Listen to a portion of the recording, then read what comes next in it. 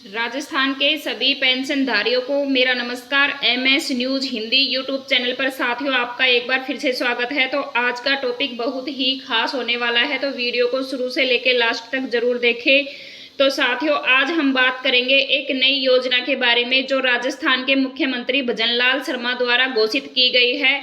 और आज हम बुजुर्ग पेंशन के बारे में भी बात करने वाले हैं जो जून और जुलाई की पेंशन अटकी हुई है, यानी कि मई माह की पेंशन कई पेंशनधारियों की आ चुकी है और कई पेंशनधारियों की नहीं आई है। तो रुकी हुई पेंशन कब तक आएगी और किन किन की पेंशन होने वाली है बंद, तो इसके बारे में आज हम बात करने वाले हैं। क्योंकि साथियों देश भर में या राजस्थान में भी पेंशन की एक नई गाइडलाइन शुरू कर दी गई है, यानी कि 1 अगस्त से लागू कर दी जाएगी। नई पेंशन गाइडलाइंस के साथ साथ पेंशन में बढ़ोतरी भी कर दी जाएगी। तो बुजुर्ग कैंडिडेट अपना KYC करवाएं, सत्यापन करवाएं और जीवन प्रमाण पत्र भी जमा करवाएं।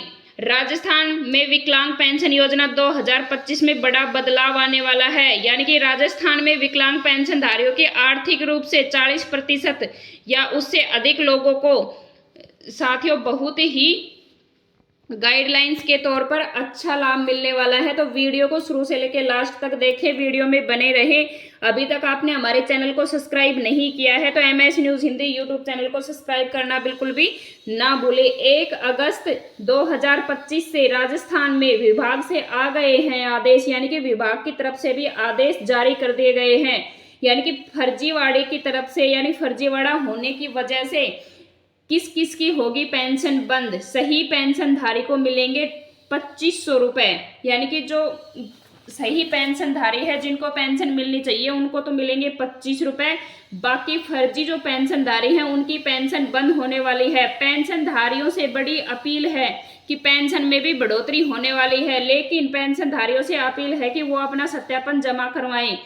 राजस्थान सरकार 1 अगस्त से पेंशनधारियों का यह नया नियम लागू करने जा रही है। 3 महीने एडवांस पेंशन लेने का भी विकल्प जारी कर दिया गया है। पेंशन धारक और पारिवारिक पेंशन धारक अब घर बैठा 3 महीने की एडवांस पेंशन भी ऋण के रूप में ले सकता है। इसके लिए SSO ID ई मित्र के माध्यम से आवेदन कर सकते हैं। पेंशन राशि अगले महीनों में आने वाली है। महंगाई भत्ते DA में बढ़ोतरी। मई 2025 से सरकार ने पेंशन धारकों के लिए DA बढ़ाया था, यानी कि मई में पेंशन धारकों के लिए DA बढ़ाया गया था। इसमें पेमेंट सीधा लाभ से मिलेगा। पेंशन कब रोकी जा सकती है, यानी कि पेंशनधारियों की पेंशन कब रोकी जा सकती है, वे कौन सी परिस्थितियां हैं जिनके तहत पेंशन रोकी जा सकती है।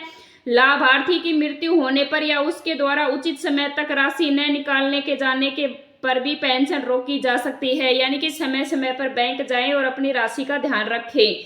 राजस्थान सरकार ने यह स्पष्ट किया है कि 1 अगस्त 2025 से लगभग 18 लाख पेंशनधारियों की पेंशन बंद हो सकती है। इस मुख्य रूप से 2 कारण भी हो सकते हैं।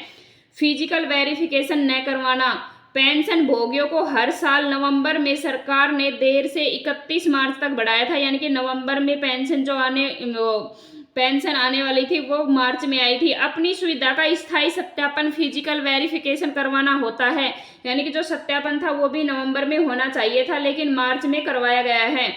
उन्होंने यह नहीं करवाया तो उनकी पेंशन भी रोक दी जाएगी। करीब 18 लाख लोगों ने अब तक यह सत्यापन नहीं करवाया है तो उनकी पेंशन भी रुकने वाली है। तो साथियों सबसे पहला काम है कि अपना वेरिफिकेशन सत्यापन करवाएं। यह संख्या लगभग 18.12 लाख पहुंच चुकी है, जबकि राज्य में कुल पेंशनधारियों की संख्या 77.7 लाख है, यानी कि राजस्थान में जो पेंशनधारी हैं उनकी संख्या 77.7 लाख है और जिनको पेंशन नहीं मिलेगी बंद हो चुकी है उनकी 18 लाख 12 के लगभग पहुंच चुकी है। क्या केवल यही नया है? नहीं, हाँ ये भी नया है। नवीनतम आधिकारिक घोषणाओं में भी अभी ऐसा ही बदलाव सामने आया है, यानी 3 महीने की एडवांस सुविधा, DA वृद्धि, डिजिटल लाइफ सर्टिफिकेट की सुविधा। अगर सरकार ने अभी कोई बदलाव का आदेश दिया है तो वह सार्वजनिक भी है, यानी सार्वजनिक होने वाला है। कि आपको क्या करना चाहिए, अपने SSO पोर्टल पर ई मित्र ऐप से लॉगिन करें, एडवांस पेंशन विकल्प चुनें और आवेदन करें। मंजूर होने पर अगली किस्त भी राशि कट जाएगी। डिजिटल लाइफ सर्टिफिकेट सुनिश्चित करें, यह सुविधा SSO से ही कर सकते हैं। संक्षेप में बात कर लेते हैं। कुछ पेंशन धारक 77.7 लाख जिन्होंने सत्यापन नहीं करवाया वो 18 लाख तक है। 1 अगस्त से प्रभावित लगभग 18 लाख पेंशन धारक होंगे, यानी कि 1 अगस्त से राजस्थान में 18 लाख पेंशनधारियों को ही पेंशन मिलेगी। आप क्या कर सकते हैं? अगर आप पेंशन धारक हैं तुरंत फिजिकल वेरिफिकेशन करवाएं। आमतौर पर यह नवंबर मार्च के बीच में होता है, लेकिन जुलाई के लास्ट 31 जुलाई तक करवाना है सत्यापन। सत्यापन के लिए नजदीकी ब्लॉक एसडीएम कार्यालय या ई-मित्र सेंटर पर जाकर भी करवा सकते हैं बिना देरी किए, ताकि आपकी पेंशन प्रभावित न हो। 2025 में बुढ़ापा पेंशन के लिए कौन पात्र है, तो जान लेते हैं कि 1 अगस्त से किस किस को पेंशन मिलने वाली है। वृद्धावस्था पेंशन योजना के लिए जरूरी दस्तावेज। 2025-26 में वृद्धा पेंशन के लिए आवेदन करने के लिए आपको कुछ जरूरी दस्तावेजों की आवश्यकता होगी। आवेदन के साथ लगाना जरूरी है। ध्यान रहे, जीवन प्रमाण पत्र भी अनिवार्य है। यह प्रमाण पत्र सुनिश्चित करता है कि लाभार्थी यानी कि पेंशनधारी अभी जीवित है। डिजिटल लाइफ सर्टिफिकेट की सुविधा। SSOID के जरिए डिजिटल लाइफ सर्टिफिकेट जमा करने का विकल्प अभी किसी विभागीय कर्मचारी की सहायता से यह काम हो सकता है, यानी कि विभाग के कर्मचारी की सहायता से हो सकता है। महत्वपूर्ण बातें जान लेते हैं। कब से लागू होने वाला है? 1 अगस्त 2025 से लागू होने वाली है। कौन ले सकता है? पेंशन धारक व परिवार पेंशन प्राप्तकर्ता। कैसे लागू होगा? आवेदन लोन भी एक जो नई योजना शुरू हुई है वो लोन के रूप में भी शुरू हुई है। अग्रिम भुगतान किस्तों में कटौती के कारण भी हो सकता है। क्यों जरूरी है? आकस्मिक खर्च के लिए राहत, आसान डिजिटल प्रक्रिया, डीए में बढ़ोतरी।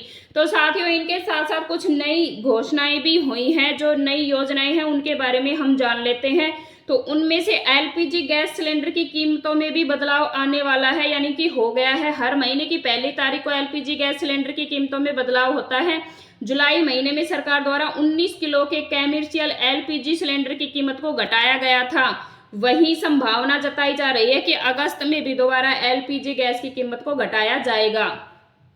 सेकंड योजना है जो HDFC क्रेडिट कार्ड के जो नियम है वो भी बदल गए हैं। 1 अगस्त से HDFC क्रेडिट कार्डों के नियम को बदलाव होने जा रहा है, जिसका सीधा असर उसके क्रेडिट कार्ड धारकों पर पड़ेगा। 1 अगस्त से HDFC बैंक के क्रेडिट कार्ड धारकों को पेटीएम क्रेडिट और मोबीक्विक चेक जैसी थर्ड पार्टी पेमेंट ऐप के जरिए किए जाने वाले ट्रांजैक्शन अमाउंट का 1% शुल्क वसूला जाएगा, यानी कि हम डायरेक्ट अमाउंट नहीं कर सकते। अगर फोन पे से अमाउंट करेंगे तो हमें टैक्स लगेगा। तो साथियों, आज का टॉपिक बहुत ही खास था। अगर वीडियो अच्छी लगी हो तो लाइक करें, शेयर करें, जिससे कि सभी पेंशनधारियों को पता चल सके कि क्या क्या लाभ मिलने वाला है। जय हिंद, जय भारत।